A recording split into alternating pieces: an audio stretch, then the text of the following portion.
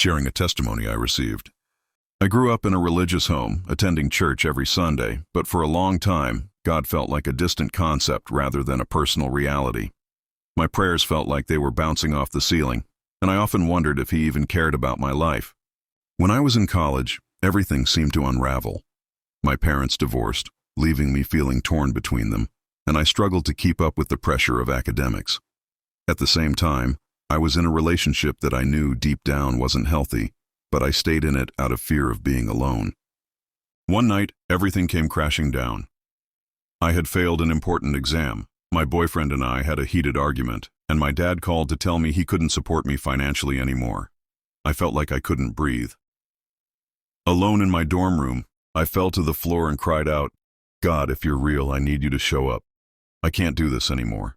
I don't know how to explain what happened next, but it was as if a weight was lifted off my chest. I felt a strange peace I had never experienced before. It wasn't an immediate fix to my problems, but it was like a spark of hope that I hadn't felt in years. The next morning, a friend from my English class invited me to a campus Bible study.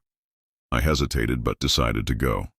That night, the group was reading Matthew 11:28-30, where Jesus says, "Come to me, all you who are weary and burdened, and I will give you rest." I couldn't stop the tears from flowing. It was like God was speaking directly to me. From that point on, I started seeking God more intentionally. I joined the Bible study regularly, started attending a local church, and began journaling my prayers. One day, as I read Romans 8:38-39, I realized the depth of God's love for me, that nothing could separate me from His love, not even my mistakes, doubts, or fears. Things didn't change overnight, but God began working in my life. I ended the toxic relationship, which was one of the hardest decisions I ever made. I also sought help for my anxiety and found support through my church community. God provided for me financially through a part-time job I hadn't expected, and He restored my broken relationship with my dad over time.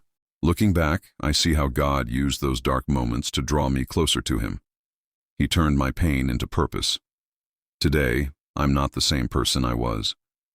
I have a peace that doesn't depend on my circumstances, and I know that God is with me in every season. If you're feeling lost or hopeless, know this: God hears your cries even in your darkest hour. He is faithful, and He will never leave you.